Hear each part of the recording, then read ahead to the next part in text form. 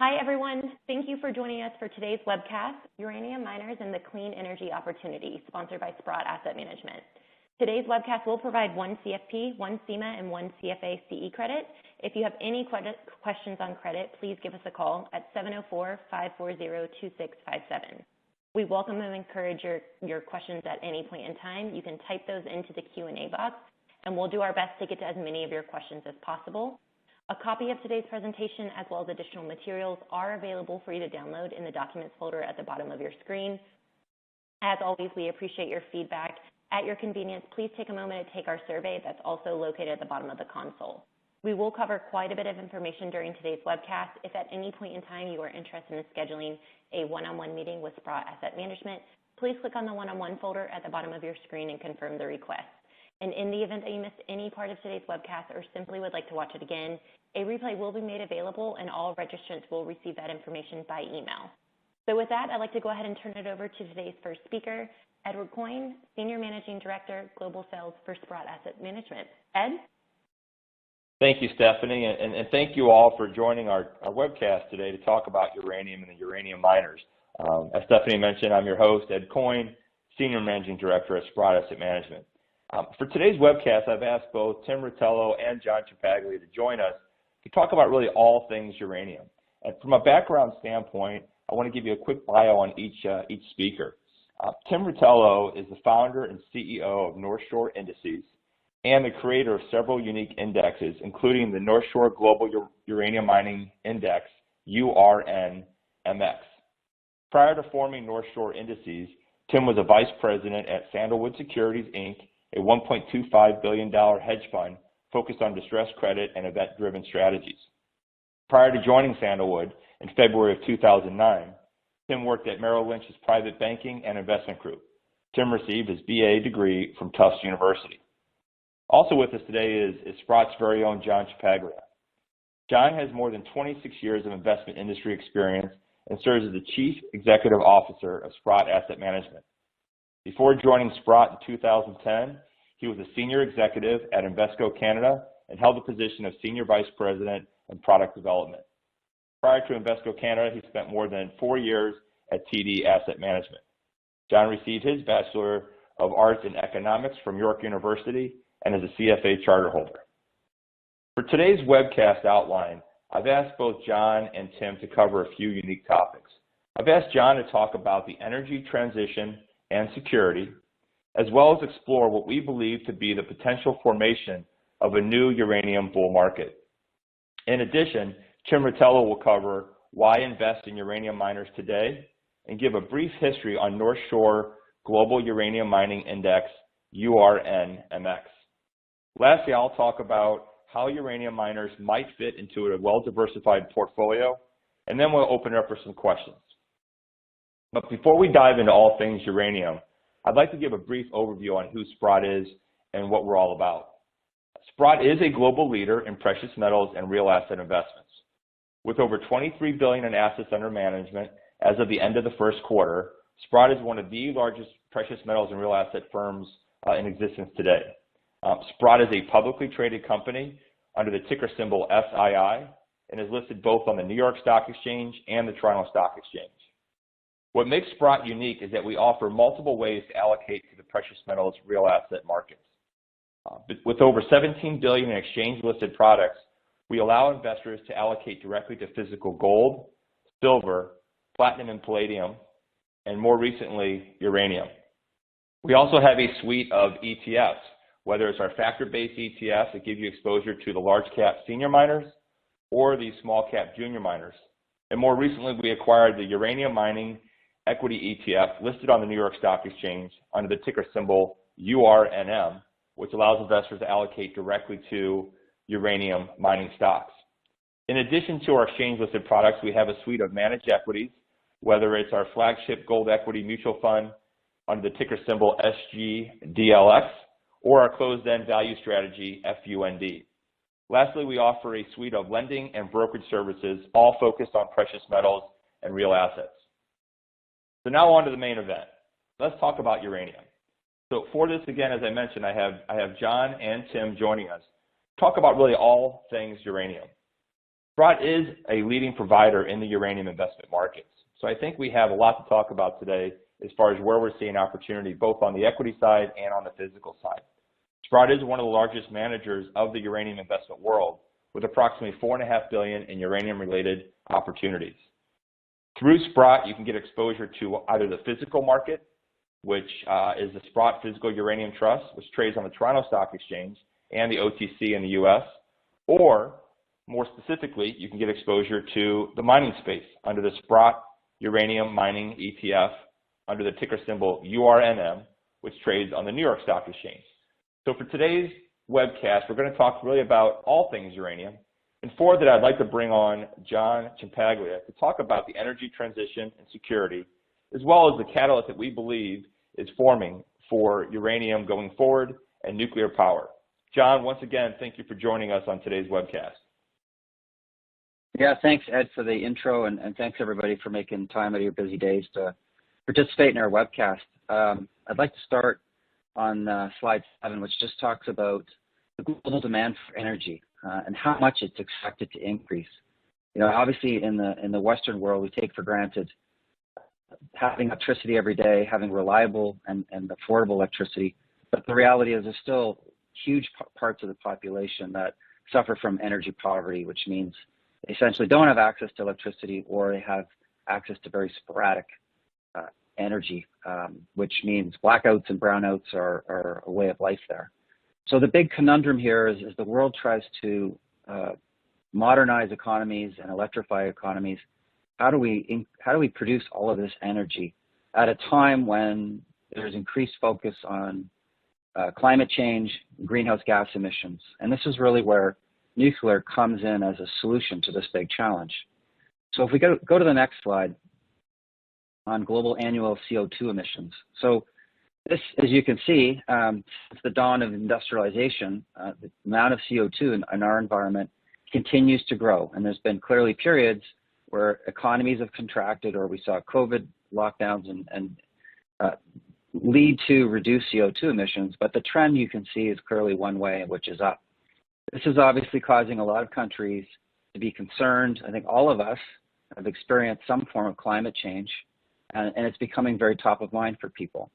Governments around the world are acknowledging that they need to figure out how to provide reliable base load and affordable energy, while at the same time limiting the amount of emissions so that we don't continue to warm the planet. And this is a real challenge. Moving to the next slide. So how are governments around the world responding to this? Well, you have government, for example, in the United States, which has been very pro-nuclear under the Biden administration, which is not typical. Most Democratic administrations tend not to be so pro-nuclear, but we're seeing a real shift in government policy. And we think this is really the cornerstone, because it starts with energy policy, and from energy policy, a lot of investments get made, and it paves the way for different forms of energy creation, infrastructure build-out, etc. And there's been a real pivot here. If you go back to last fall at the COP26 climate summit, we saw a number of governments publicly acknowledge that they have no way of meeting their Paris Accord climate goals without having nuclear as part of the mix. Governments around the world have been building renewable energy alternatives for the last 30 years and supporting them very heavily through favorable financial credits, carbon offset credits, subsidization, fixed power agreements, and all of those have helped to transition the grid away from fossil fuel sources of energy production to low carbon sources. Unfortunately, the world has figured out in the last year or so that the intermittency of renewable is really the downfall. And what I mean exactly by intermittency is if it rains less in a specific area, you've got less hydroelectric power. If it is less windy, you obviously got less power generation from wind. And if it's less sunny than expected, you get less power from solar. And so how does a grid function if you have less energy production from renewables? Well, you basically have to fall back on baseload power. And baseload power is something that you have control over. And there's really 2 or 3 options in terms of baseload power. You can basically have nuclear power plants, which run 92% of the time, or you can fire up natural gas or coal power plants, which is exactly what's happened in a lot of parts of the world in the last year. So you have governments that are trying to move to renewables, but renewables don't always work, and then they end up falling back on fossil fuel backup plans, which really defeats the whole purpose of moving away from fossil fuels. So the European Union has clearly acknowledged, most countries in the European Union have clearly acknowledged that they need to extend the lives of their existing nuclear reactors and make new investments in nuclear energy. China is clearly leading the world here as it tries to move away from coal, which still is the majority of its power source, and they want to build upwards of 150 new reactors over the next 15 years, which is mind-boggling. And Japan has recently acknowledged that they need to restart more reactors if it has any chance of meeting any of its greenhouse gas emissions. I haven't even started to talk about what's happened in the last few months since February 24th. And that brings a whole other topic to bear, which is about energy security, which I'll cover in a minute. Moving to the next slide, this gives you a geographical map here of where all the nuclear reactors in the world are located today. And you can see there's about 434. There's 57 that are under construction right now, mostly in emerging markets that have embraced nuclear. And then finally, there's about 97 that are planned for construction over the foreseeable future. So there's clearly been countries making investments and making commitments to the space. And secondarily, there are a number of countries that have signaled that they would like to extend the operating life of many of their existing reactors to ensure that there's affordable and consistent energy for their countries and economies. Let's go to the next slide and talk about energy security. This is the second pillar of what I think is really driving the uranium market right now. So I talked about last year about decarbonization of economies, commitment to Paris Climate Accord, and then all of a sudden February 24th happens, and it really highlighted to the world that energy security is just as important as energy transition. The countries in Europe in particular became very dependent on Russia for natural gas and coal and parts of the uranium fuel cycle. And this really is raising big concerns right now that between sanctions, self-sanctions, and potential embargoes, that the uranium market could become very disrupted because of Russia's role in the fuel cycle. Governments around the world have realized that they just cannot simply turn off their nuclear power plants at a time when their reliance on Russia for fossil fuels is under attack. So we're seeing governments around the world, whether it's Belgium recently saying they're going to extend their power plants for 10 additional years. The UK's announced they would like to build 8 more nuclear power plants. The new government in South Korea has already signaled that they want to extend the life of their nuclear power plants. So there's a real sea change going on right now, and it's very similar to what happened after 1973 when we experienced the oil crisis. There were shortages of oil and gas that you may remember, and energy policies took a shift. And I think that this energy policy is shifting right now. It's being signaled by governments around the world. Let's go to the next slide. In North America, we've had higher natural gas prices, but nothing compared to what's happening in Europe. And you can see on this chart here on the right, the natural gas price in the European Union, how it has spiked because of its reliance on Russia. And this is where energy security really is driven. This issue that you're beholden to a nation for your natural gas, and that natural gas is basically used for heating, but it's also used for electricity production.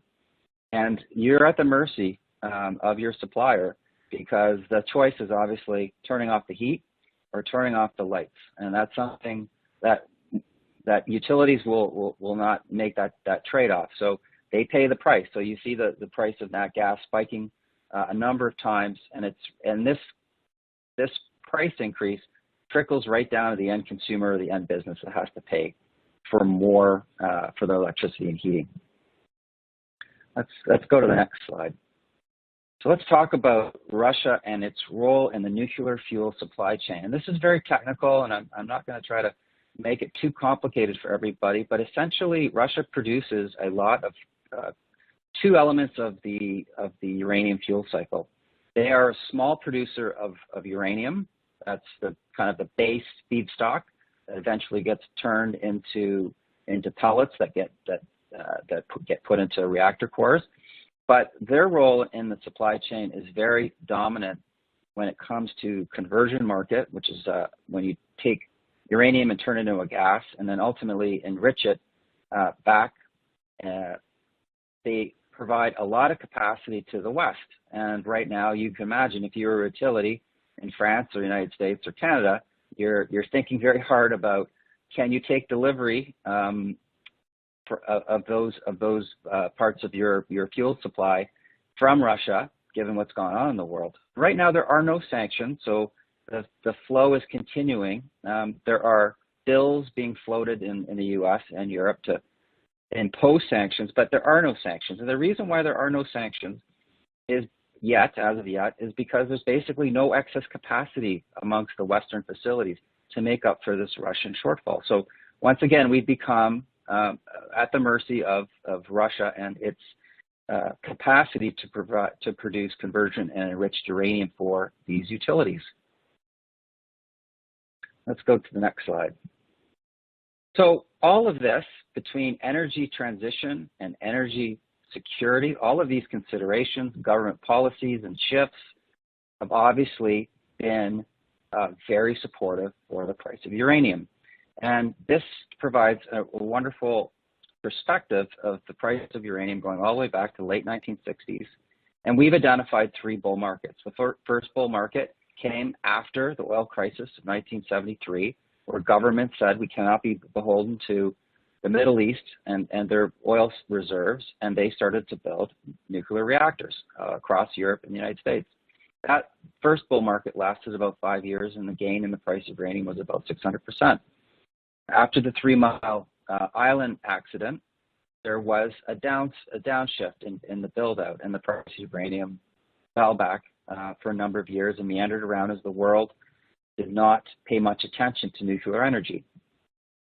Then you had the next bull market evolve from early 2000 to midway through 07, and this was really the commodity super cycle where China was basically building out its fleet of nuclear reactors and acquiring huge amounts of every kind of commodity possible. At this point, the price in the spot market for uranium hit just shy of $140 a pound. And that was obviously a significant price appreciation over the 6.5 years of 1,800% odd. Fast forward to 2011, we had the earthquake, tsunami, and accident at Fukushima, and uranium in the nuclear sector went into another down period, and prices fell, and which led to a lot of shut-in production. Mines were closed around the world, and the market basically was dealing with an overhang of supply. This overhang of supply has been worked through, and the price of uranium has started to respond as a result. We think that the price of uranium troughed at about $18 a pound, and right now we're trading around $48 to $50 a pound. And although the market's been grinding higher for about 5 years, we still think it's in the early innings of this up cycle because we're just not anywhere near incentive pricing. And incentive price is a price that a producer needs to see in order to make a decision to reopen a mine that in many cases has been closed for 4 years and will take them the next 1 to 2 years to restart. Every mine has a different cost curve, and so for some mines that might be $50, for others it might be $60, and for new development projects that price could easily be $80 or more. So it's a very interesting market dynamic that we're seeing right now. Let's go to the next slide. The other element that's happening right now is buying of uranium by non-utility buyers. So those would be financial investors and speculators, and they have historically they were active in the mid-2000s in that commodity super cycle that I mentioned, and then after Fukushima happened, they basically disappeared up until about 2021. And you can see that last year there was a very large amount of uranium purchased by non-utility buyers. So those would be the Sprott Physical Uranium Trust, other junior uranium companies, hedge funds that have a bullish thesis on the price of uranium and want to get exposure to the commodity price. So we've seen investors, financial investors and speculators move very aggressively last year.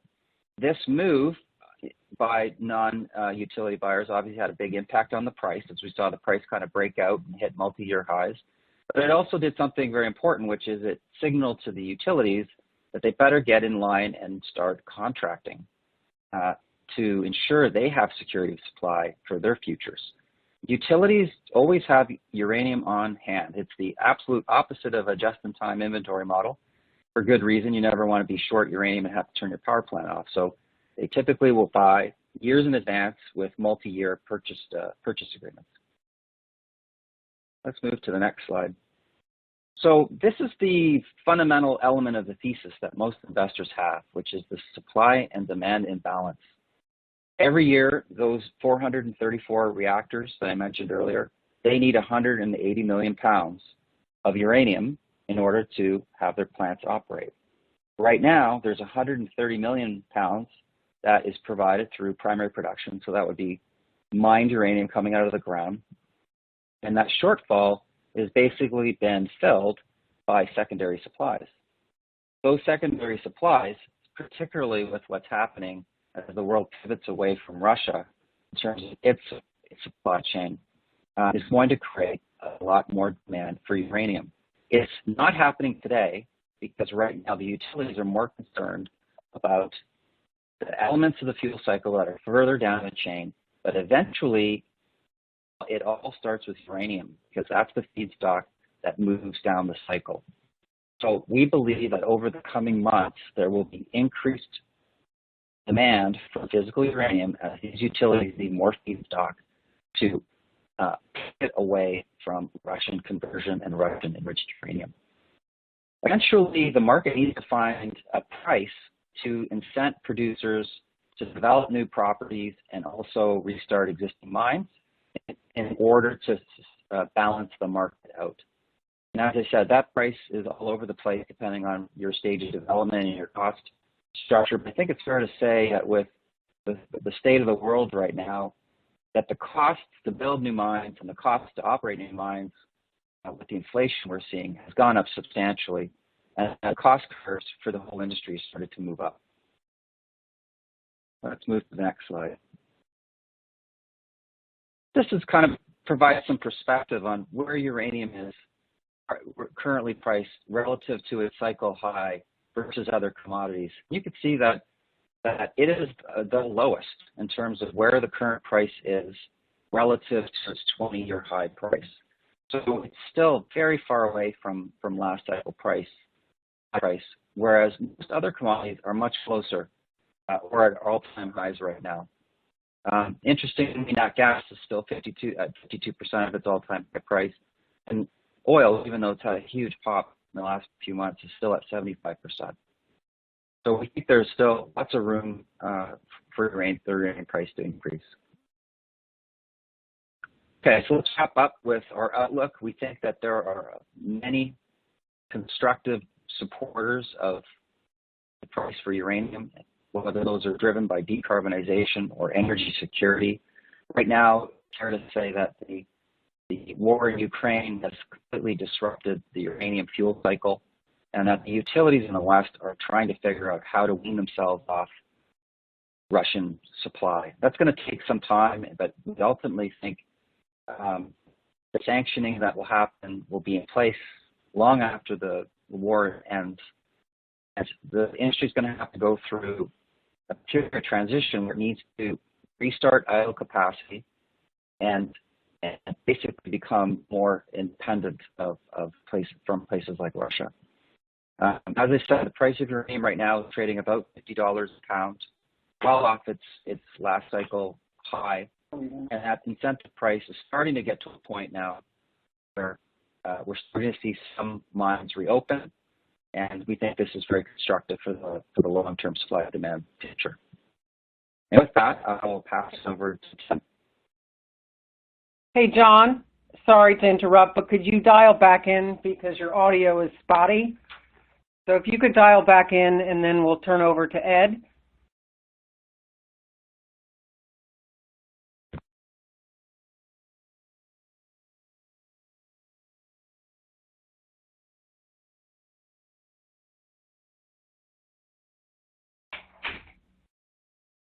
Ed, are you on the call? Yes. So, John, I You think can John take made over some now. nice comments. I think John made some nice comments about the overall opportunity within the uranium market, but more specifically talking about Russia and Ukraine. I think you can go beyond that and just talk about geopolitics in general. We're clearly setting up a stage here over the next, coming quarters, years, or even decades, that there'll remain disruptions in the broader marketplace. That, coupled with the fact that we've got this Green Initiative goal to be carbon neutral by 2050, I think does set a nice stage for the general core price of uranium. And with that, I think it's a good time to bring on Tim Rotella to talk about the mining stocks themselves. And, I'd like to now really turn it over to Tim, because I think Tim can give some really unique insights into not only why to invest in uranium miners right now, but how to think about that both from an index standpoint and from just a general overall market opportunity standpoint. So first and foremost, Tim, thanks for being patient and standing by. And second, thanks for joining us today. So we'd love to get your comments on what's going on in the uranium equity side of this opportunity. Sure. Thanks, Ed. Thanks for having me this afternoon. So maybe we can flip to, yep, that's a great slide. So when we first started looking at uranium and thought about building this index, there were a couple of kind of key signals that we looked at that the market had kind of reached the bottom. And one of them was just the overall capital destruction which had occurred. And uranium is not unique in that fashion. I think it's happened in oil and gas and many of the other commodity markets over the last decade. And actually if we were able to zoom this chart out, and I think actually on one of John's charts does a very good job and shows from peak to trough just how much capital was destroyed. So from a price standpoint, you went from about 137 down to a low of about $16 or $18 over the last decade, and now we've started to rebound. The number of companies in the industry post-Fukushima was about 500. Today, at the lows, it was closer to 40. Today, we started to see more significant capital formation, and there's about 80 companies today.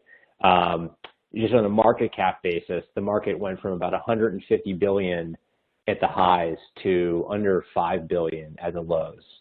So these are all signals to us that there was an emerging opportunity as an important sector like nuclear power, unless it was going away, which I think you had to believe it wasn't, given it was generating 10% of global electricity, that there had to be some mean reversion, and we've started to see that. Maybe we can go to the next slide.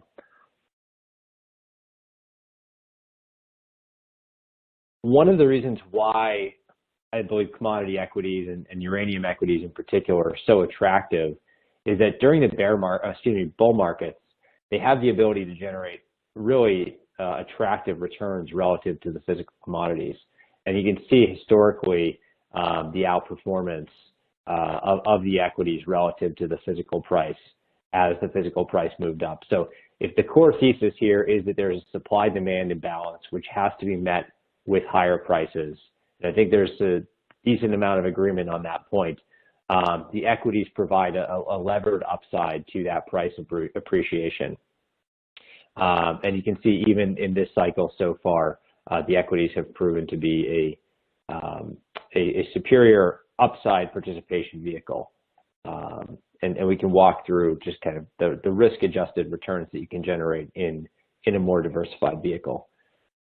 Hey, Tim, this is Ed. I just wanted to Sure. jump in there for a second, because Yep. I think this chart's a really good chart to think about the physical markets versus the equity markets. We talk about this all the time when we're talking about precious metals, the price of the physical metal versus the underlying mining stocks. This has been pretty consistent where you've seen the equities do better than the physical. One of the questions I think that's on a lot of people's mind, is certainly one that I get, is with the cost of employment, the cost of equipment, the cost of fuel going up, what do you think that looks like going forward? I know I'm asking you to kind of pull out the crystal ball here, but do you think that opportunity is still alive and well, where the mining equities themselves, specifically in uranium, can do well in a rising uranium market, given that other costs are going up as well? Can you just talk about that for a moment? Yeah, I mean, I think it does. So if the incentive price was, $65, $75 before, with a more inflationary environment, it just increases the cost to pull that uranium out of the ground. And I don't think that that's a headwind necessarily to the equities. I think what's really interesting is that with this pullback, there's, once again, you've had a kind of significant disconnect between the equities and the fundamentals due to just kind of a broad liquidation of all risk assets. But I think, when I think about investing in anything, there's always a spectrum of risk opportunities across those. And depending on what one investor's risk appetite is versus another, you may want to be further out on the risk spectrum, or you want to maybe be kind of, if you want exposure to just the price uranium, the Sprott Uranium Mining Trust is a phenomenal way to go about getting that exposure. For people who are, more risk seeking, they may want to go and look at exploration companies or producing companies. So I think, different components of the thesis will work at different times, and that's why, we've always taken a more diversified approach. But I don't think necessarily that inflation is going to increase or create a significant headwind for the equities relative to the overall thesis. Great, thank you. And I just know that's on a lot of people's minds, so thanks for addressing that. Yeah, and I'll get into some of the portfolio construction or index construction rationale and kind of how that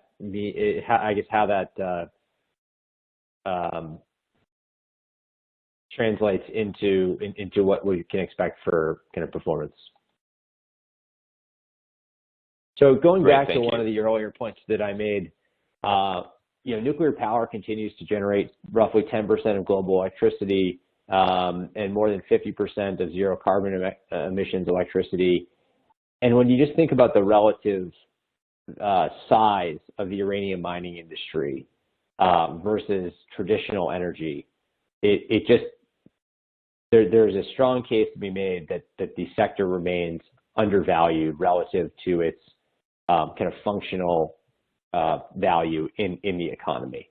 And I think we've obviously seen a significant move in the equity so far, but again, if you look historically against the kind of peak market cap of about $150 billion in the last cycle, or if you just look at relative to traditional energy companies today, I think we can all make the case that the nuclear power and uranium mining equities can increase in value pretty materially. So let's just flip directly to the index and talk a little bit about its construction and its genesis. Really, this was trying to scratch my own itch. There wasn't a good solution out there when we started looking at the space.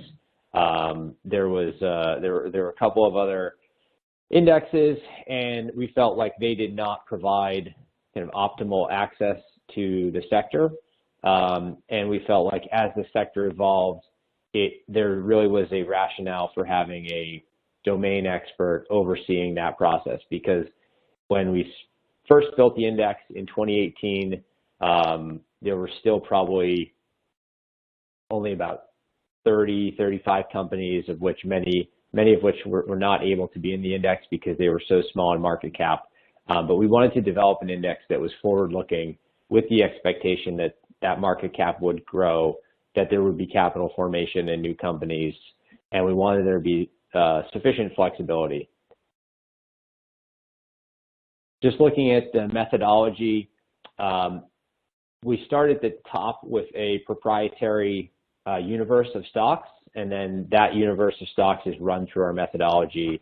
The first and kind of highest level being a market cap minimum, which is 40 million. During the rebalance and reorientation of the index, there is a $25 million minimum that has to be maintained for existing constituents. And then we move to the next component of the methodology, which is the composition. And we did something unique here, and this gets back to one of the points that Ed was just making about physical versus the equities. And we looked at the universe and said, this is historically a very volatile industry. And we also felt like the producers are historically much larger market cap relative to the developers and exploration companies. But we recognize that much of the upside appreciation comes in those smaller cap companies. And so we wanted to ensure that investors had significant exposure to particularly the developers. And so what we did is we actually segmented the index into two distinct components. One is 82.5%, so there's always going to be 82.5% allocated to miners. And then the other 17.5% is always going to be dedicated to physical uranium and royalties. And what that does also from a portfolio construction perspective is it actually creates, in my opinion, a potentially better risk-adjusted return profile, because you have kind of the downside protection of the built-in physical component, but you have a larger weighting towards the smaller cap developers and exploration companies, which gives you more upside torque. But because they're pretty small positions, they don't create a ton of downside volatility. There's a maximum weighting of 15%. Again, that was our way of limiting the producers from being kind of outsized positions relative to what we felt like their upside was. And then there's a minimum of 30 basis points. There's a couple of kind of more nuanced elements that get into what's called RIC diversification. So the really SEC diversification requirements. And so there's no 5 issuers greater than 5% can be more than 50% of a RIC fund. And so we cap that at 4.7%. So you'll see when we rebalance, there tends to be a handful of positions that are about 4.7%. We rebalance and reconstitute the index semi-annually at the end of March and the end of September. And Tim, touch on that for a moment. Yep. I'm sorry to interrupt you, but touch on the rebalance, because, you know, at Sprott, we have 2 ETFs currently. The senior one rebalances quarterly. The junior one rebalances, you know, twice a year, semi-annually. You know, is that a byproduct of liquidity? Is that a byproduct of market cap? Like, what's the thinking behind that, just to help people get a little bit more of an insight into the construction of the index itself? Sure. So we actually had, when we launched the index initially, we were at a quarterly rebalance. Because they are smaller companies and there are several other products out there, we decided that we wanted to try and reduce the volatility created by the index rebalance. And so we did two things. We made it from quarterly to semi-annually, just so that the market doesn't have to go through that process 4 times a year. But then we actually moved to off months with the other products. So we didn't want to have a situation where multiple uranium mining funds were rebalancing all at the same time. We've also, as the sector has evolved, we have made some other kind of small tweaks to the weightings of the methodology, again, so that we don't become a significant owner of some of these smaller cap companies, and also just to recognizing that as the market evolves, you know, as we go hopefully back towards a couple hundred companies, many of these will be, you know, smaller micro cap companies. So we did increase the market capitalization up to 40 million. Initially, it had been 25 million. So we're always trying to evolve the index based on what we're seeing happening in the industry. That's helpful. Thank you. So the composition as of 3/31, there were 38 holdings. The largest market cap was about $11 billion, at the smallest at 36. So you can see quite a significant dispersion in terms of the market caps of these companies. Heavily diversified, but another interesting component of the industry is just that there is a very global nature to this industry. So you have a significant amount of the companies listed in Canada and doing business in Canada, but you have Kazatomprom, you have a tremendous number of companies over in Australia, both doing business there, but as well as listed there. There's a smaller component in the US. We have Yellowcake, which is what represents the United Kingdom listing, and then CGN Mining, which is over in Hong Kong. And this gets to another, I think, unique characteristic of the industry, which is because it is smaller cap in nature and global, I think there's a unique rationale for why owning an index-based product, which is a single ticket, makes a lot of sense. The trading commissions alone of trying to aggregate all of these stocks would be incredibly significant. And there's some other unique characteristics of Hong Kong stocks, where there's excise taxes that you have to pay. So we've tried to simplify access to a fairly complex series of securities through the ETF, and then obviously you have the additional tax benefits of the ETF. So I can leave it there, and we can get into other questions if you'd like.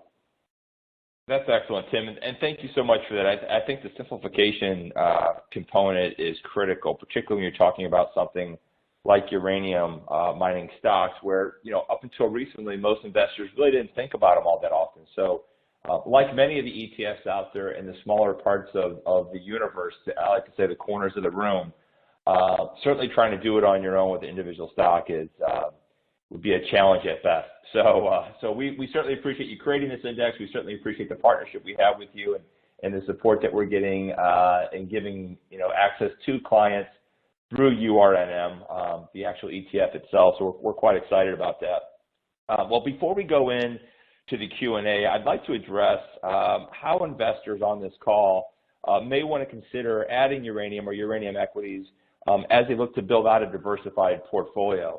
And it really starts with one word, which is correlation. Effectively, I guess it's two words, which is low correlation. And that is really where we start. And this is really not that different than allocating to gold, silver, other metals out there that have a low correlation or a moderate correlation to the broader markets. Uranium miners have exhibited low to moderate correlation to most major asset classes, offering potential diversification benefits within a portfolio. And I'm going to talk a little bit about how you should really potentially think about uranium as you look to, figure out what bucket, so to speak, it fits in within your portfolio. But whether you're looking at uranium mining stocks relative to the S&P, even to gold, and something as simple as the US dollar, the moderate to low correlation over multiple market cycles has bared out. And so for those looking for alternative assets relative to the current market or to existing solutions, both uranium and uranium mining stocks look very interesting right now. So the big question I get all the time is how do uranium miners fit into an investment portfolio? And this is something that I think is a moving target, because depending on the investor type and depending on the investment portfolio mandate, uranium miners can fit into several asset classes or categories, simply, viewed as a commodity, right? Uranium is a commodity, much like gold or silver. It's a pure commodity. So just in a commodity basket, you can get that exposure. The problem is, and most, or if not all cases, if you buy a general commodity fund, you're not getting the opportunity that owning uranium or uranium mining stocks is presenting. So you need to go beyond just a general core commodity fund. But certainly people think about this as a commodity from an allocation standpoint. The second one is something that Tim had mentioned, which is from a market cap standpoint. Many investors out there, they'll build out their portfolio based off market cap, large cap, mid cap, small cap, and they'll take liquidity constraints into consideration and so forth. So for those looking to fill out their small cap sleeve or bucket, certainly uranium mining stocks fit that bill in the small to mid-cap space. Then it's the energy side, and you can look at energy, as Tim mentioned, is 10% of all energy, but it's over 50% of current clean energy. So here's something I think that starts to create a new narrative in the marketplace, that not only is nuclear and obviously uranium and the uranium mining stocks themselves giving you exposure to the energy market, is giving you exposure to what I call the modern energy market, which is more the clean energy. And that really puts you in the basket of alternatives. If you think about what precious metals and real assets represent, I like to say that it's really the original alternative asset, and that's specifically to gold, but really it's really all metals, all precious metals, all real assets. Going back to the correlation, the goal of an alternative asset is to perform differently at different times for different reasons, and that's certainly something we've seen time and time again, both on the physical market as well as the mining stocks themselves. And then the one that I think is starting to build from a narrative standpoint is ESG. And I think ESG is something that should certainly be considered when thinking about uranium or nuclear in general. We believe that nuclear may help, the world reach that 2050 carbon neutral goal in a clean, safe, effective way. So for those looking to get an allocation or have part of their portfolio represent a representation in ESG, uranium can fit that bill as well. So there's a lot of ways to think about this. And then the last two is really thematic or from a technology standpoint. So the bottom line is that we believe that uranium and the miners themselves have potentially moved from what has been largely viewed as a short-term opportunistic trade to more of a true long-term allocation. And so we think today, given the current landscape in the market, both the physical uranium market as well as the mining stocks themselves is something that should be looked at once again as a real diversifier in your portfolio in a liquid, opportunistic, or more importantly, a liquid, long-term way.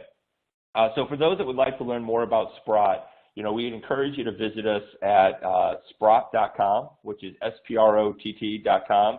And you can see here on this slide, we have a full suite of solutions, whether you're looking at the gold, silver, platinum, palladium types of markets, or more specifically, the physical uranium market. We offer multiple ways to get exposure to the physical side of the market. And then I think more opportunistically thinking about the mining stocks themselves. As we talked about today with URNM, the Sprott Uranium Mining ETF is a very effective, low-cost liquid way to get exposure to the mining stocks themselves.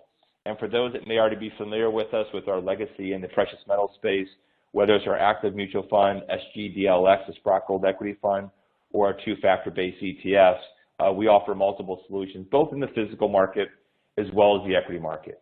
And for all those advisors that are on the call today and investment professionals that are managing money for their clients and being fiduciaries for their clients, we encourage you to reach out to your respective senior investment consultants, whether it's Matt on the West Coast, Julia in the Central region, or Sergio on the East Coast. We have attempted to give full coverage to the U.S. market, and we're happy to serve as really an advisor or a consultant to you to help you convey the story or build the narrative out for your clients. So with that, I'd like to turn it back over to Stephanie before we go into Q&A. Great. Thank you so much, Ed, John, and Tim, for such an informative presentation. Just a couple of reminders for our audience. A copy of today's presentation, as well as additional materials, can be found in the Documents folder at the bottom of your screen. We do appreciate your feedback. Please take a moment to fill out a brief survey that's also located at the bottom of the content. And thank you to everyone who has submitted a question so far. If you have a question and have not yet submitted it, you can do so by typing it into the Q&A box. We'll do our best to get to as many of those questions as possible. In the event that your question is not answered on today's webcast, a member of the Sprott management team will reach back out to you directly. And if you would like to have a conversation to further discuss the ideas that were covered during today's event, please click at the bottom of your screen and confirm the request. And with that, Ed, I'll go ahead and kick it back over to you to take our first question. Great, thank you, Stephanie. And we'll try to take this to the top of the hour, so we've got about 10 minutes to address as many questions as we can. For those that have joined us on webcasts in the past, we will get back to everybody in the next 3 to 5 business days, whether it's via email responses and or phone calls to address every question that we've received today, which are many. So thank you for the engagement. What we'll do is, I'll sort of tee this up for, John and or Tim, and maybe they both answer some of these questions. But I've gone through some of the questions I think are relevant or are also questions that we've gotten repeated versions of. And we'll start with the first one. And I think, John, both you and Tim addressed this, but I think maybe a little bit deeper dive might be helpful. And that is the incentive price. I know you said there's variations in the incentive price, but at what price will miners take notice, and also the energy companies? I think maybe it was John. You had said between $50 and $80. What will cause that in your mind? You touched on it a little bit, but maybe take a little bit deeper dive into the incentive price and how that really filters its way through the market. Yeah, great question. Interestingly, I just finished doing a panel with representatives from Cameco, Denison, NextGen, Kazatomprom, and that question actually got asked. And I think most of the panelists had a very consistent answer, which is it depends. Every producer at any given point in time has a different incentive price that will give them the confidence to basically start production back up, or an incentive price that allows them to get the requisite financing to do a multi-year construction project to build a new mine. And so it's very case-by-case specific. I think it's fair to say that if you've already built a mine and it's been shut in for the last 4 years, those have lower cost curves to reopen because all the infrastructure has been put in place. And we're starting to see that right now with Cameco restarting McArthur River. But if you're a developer who's been working on a project for 8 to 10 years and still has many more years to go in terms of final permitting and construction, that price is a moving target given the way inflation has jumped around, the way labor has become very hard to source and more expensive. And so for a developer, I think that's a big challenge today in terms of figuring out what that end price is going to be. So I think the takeaway, though, is that for any of these new projects to come online, they're going to need the capital to build these projects, and they're going to need a much higher price than where we are today, which is just sub $50 a pound. Well, I certainly feel for the developers. I'm watching my neighbor try to build his house, and it's the slowest thing I've ever witnessed. I can't imagine building a mine, let alone a house. So I can imagine that is very much a moving target. One of the things I think that might be interesting to talk about, because you had talked about shut-in mines that are now kind of restarting the engine, so to speak, or restarting the mine that can take 1 to 2 years to get going, versus new mines versus developers. There's a term out there, SMR, or known as small modular reactors. Maybe let's start with, before we go into that for a second, start a little bit. Let's take a step back and talk about what's the difference, or talk to the listeners about SMRs, or small modular reactors, to kind of the traditional reactors that everyone kind of knows, both visually and familiar with. Talk about that, and then talk about the reality that, are we seeing more people embrace nuclear because these SMRs are starting to become a reality? Yeah, sure. It's a really interesting topic, and you're seeing governments in France and the U.S. and Canada all publicly state recently that they want to put big financial support around the development of small modular reactors. So what is an SMR? Well, when you think about a traditional nuclear power plant, when you have that image of it, those are very large-scale facilities. Small modular reactors are reactors that obviously can service a much smaller customer base, and they typically get built off-site. That's the plan, and you basically assemble them on-site. So the two big knocks against the traditional power plant is the cost to build one and the time to build one, and they're notorious for going over budget and over schedule. The hope is with SMRs is they're just much more versatile, and they can be built cheaper and on budget and on time. And and there's a lot more application. I think the one application that the world is very excited about is converting existing coal-fired power plants into SMRs. And there is a pilot that's going on right now, or will be happening in the state of Wyoming, where they will be converting an existing coal-fired plant to an SMR. And right now, it's still in development. I think there are 17 different designs that have been put forward for approval.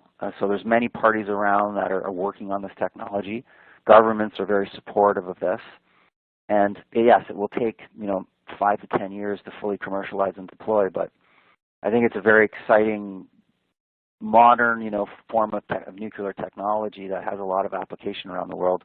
And governments, as I said, in the U.S. and France and Canada, are getting very behind this new technology development. And talking about things taking, decades versus days or years, some people think only in quarters. Let's talk about one other thing, which is, from a technology standpoint, which is thorium versus uranium. That seems to be the more well-read investors I talk to. They seem to think that, thorium is going to replace uranium in the next quarter. Again, this is sort of an education series. Talk a little bit about thorium versus uranium and how they either A, can coexist, or B, will take decades before one can, take the seat of the other. Maybe both you can add in on that. What's your view on that? Talk a little bit about that, and maybe this could be almost its own separate webcast at some point. But maybe just a few words on thorium versus uranium. Yeah, well, that's probably a question for our technical advisor, WMC Energy, so I don't want to wing that one. So maybe we'll get back to the person. But, at the end of the day, uranium is really the cornerstone for all the reactors right now and for the foreseeable future. So I think it's interesting that we look at all kinds of technologies and fuel sources.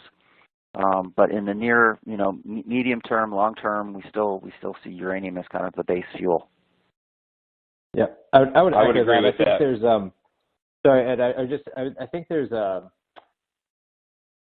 nuclear power for some reason really suffers maybe more than other energies to like this shiny toy syndrome, where even though we have 400 plus reactors that generate clean baseload power, everyone seems to be looking for another solution. And I think the idea is, that particularly with SMRs, the idea of creating something, cheaper and more quickly seems great from a political perspective.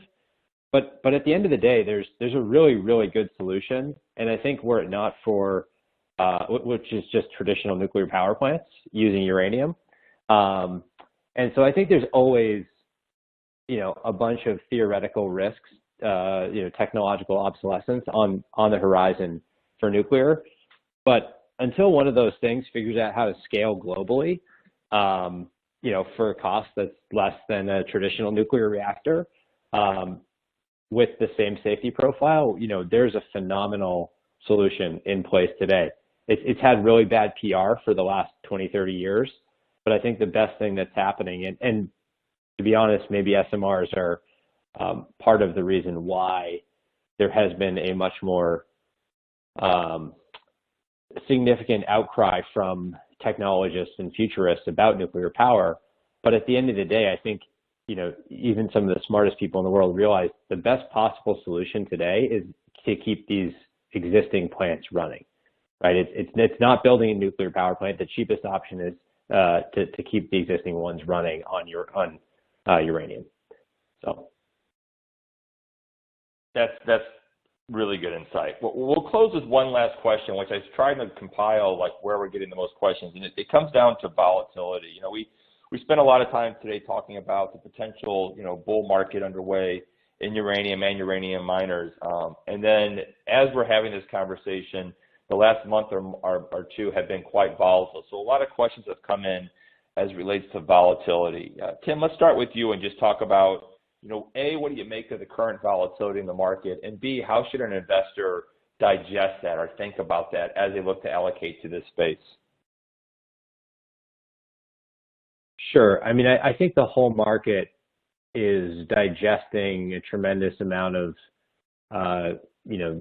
macro fundamental news around the Fed, around just kind of a re-rating of growth stocks.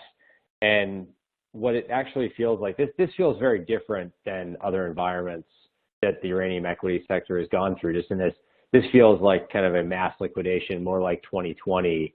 There seems to be no real fundamental deterioration around the uranium thesis at all. Physical prices have pulled back, but that's probably, again, more of a function of traders de-risking than, people saying, oh, they're not going to build any more nuclear power plants. So I think, there's always going to be volatility. I think uranium equities and commodity equities historically are, towards the more volatile end of the equity spectrum to begin with. And then you introduce, these type of kind of macro sell-offs, and you get a fair amount of weakness. And the sector held up really, really well. I think until we saw, I think it was Freeport was one of the first companies to report, and they announced not great earnings, and just felt like gold, silver, copper, aluminum, sold off really quickly. And then as the overall market began to kind of correct, it just felt like people were liquidating and asking questions later. So I think it's a hallmark of the sector that there's going to be volatility. I think the more recent volatility is kind of more systematic. I don't say systemic in the sense that there's any type of crisis, but it's kind of more wholesale selling and not anyone necessarily focused on uranium per se. And I think that's quite evident through the fact that I don't believe there's been any meaningful redemptions from any of the uranium products. I think that's a very, very positive signal to me that there's not been outflows from those products. Yeah, it kind of goes back to what I said earlier. I think more and more investors are seeing this as a long-term allocation today, where in the past maybe it was an opportunistic trade. So I really appreciate, Tim, you taking the time, and John, you joining us as well for today's webcast. We will get to every other question that we received. We got a fair amount of questions that came in covering the entire waterfront here. So we will get back to you all as it relates to your questions, either by email or a phone call. Until then, thank you again for listening to our Sprott webcast on uranium miners and the clean energy opportunity. Once again, I was your host, Ed Coyne, Senior Managing Director at Sprott Asset Management, and we look forward to working with you all in the future. Thank you for your time.